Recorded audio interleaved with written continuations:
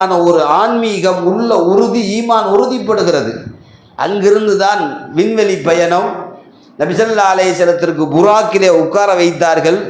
இன்னைக்கு வரைக்கும் புராக்க கட்டின தூணு ஹரம்ல இருக்கு. என் கூட வந்தவங்களுக்கு நான் காமிச்சிருப்பேன்னு நினைக்கிறேன்.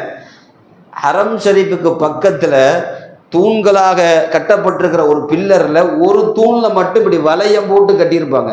அநேகமாக என் கூட வந்தவங்களுக்கு நான் காட்டியிருப்பேன். நிறைய பேர்த்துக்கு அந்த தூண் சம்பந்தமாக தெரியாது. அந்த ஒரு தூணில் மட்டும் இப்படி வளைய மாதிரி போட்டு இரும்பு வளையம் போட்டு கட்டியிருப்பாங்க. அது என்ன தெரியுமா? ரசூல் ஸல்லல்லாஹு அலைஹி வஸல்லத்தை அழைச்சிட்டு வந்தப்ப அந்த தூணில் தான் புராக்க கட்டி போட்டாங்க ஜிப்ரீல் அலைஹிஸ்ஸலாம். மஸ்ஜிதே அக்ஸாவுக்கு போனப்ப புராக்க அங்கேயும் கட்டி போட்டாங்க. இங்கே நல்லா கவனிக்கணும், புராக்க கட்டி போட்டாங்க. அது சொர்க்கத்துக்கு வாங்கணும். அது கட்டி போடாமல் இருந்தாலும் அது எங்கேயும் போகாது. நம்ம வீட்டு ஆடு மாடு மாதிரி எதையும் போய் திங்காது, கண்டதில் வாய் வைக்காது. ஏன்னா அது சொர்க்க வாகனம், மலக்குமார்கள் போய் விட்டு வருகிற வாகனம், சொர்க்கத்திலேயே இருக்கிற வாகனம். அப்புறம் அதை எதுக்கு கட்டி வைக்கணும்?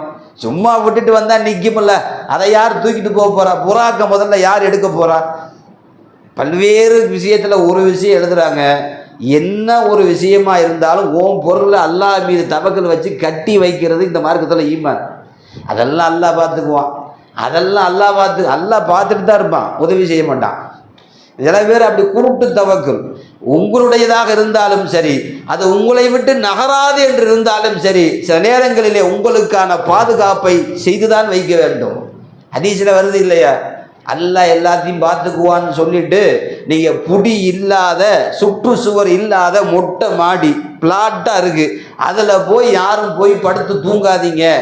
ஏனென்றால் அப்படி யாராவது படுத்து தூங்கி தூக்கத்திலே உருண்டு கீழே விழுந்து விட்டு மௌத்தானால் பக்கத்து பரியத்து மின்ஹி திம்மத்துல்லா, அல்லாஹ்வுடைய பொறுப்பு அவனை விட்டும் நீங்கி விட்டது.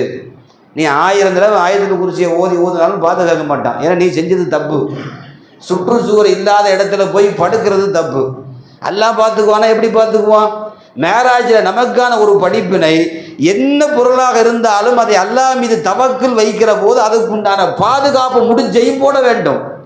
நான் இதுக்கு முன்னாடியே சொன்னேன், டாக்டர் இது என்ன பிரகாரம்லாம் சாப்பிடக்கூடாதுன்னு பாரு. இவர் போய் உட்காந்துக்கிட்டு அப்பமா திங்கிறது, பிரியாணியா திங்கிறது. என்ன ஆச்சு? அது அல்லாஹ் பார்த்துக்குவான். பிஸ்மில்லான்னு சொல்லி சாப்பிட்டா ஒன்றும் ஆகாது. நீ மட்டும் ஜனாசாவாவ, அவ்வளவுதான். ஆமாம், வேற என்ன செய்ய முடியும்? எல்லாம் அவன் பார்த்துக்குவான், இவன் பார்த்துக்குவான். சில பேர் நம்பிக்கையில் குருட்டு நம்பிக்கை. அன்பானவர்களே, மேராஜில் ரொம்ப கடுமையான பாடம் இது. எல்லாம் அவன் பார்த்துக்குவான்னு சொல்லிட்டு இறங்கக்கூடாது. புறாக்கா இருந்தாலும் ஜிப்ரீல் அலைஹிஸ்ஸலாம் கட்டி தான் வைக்கிறாங்க. காபாவிலையும் கட்டினார்.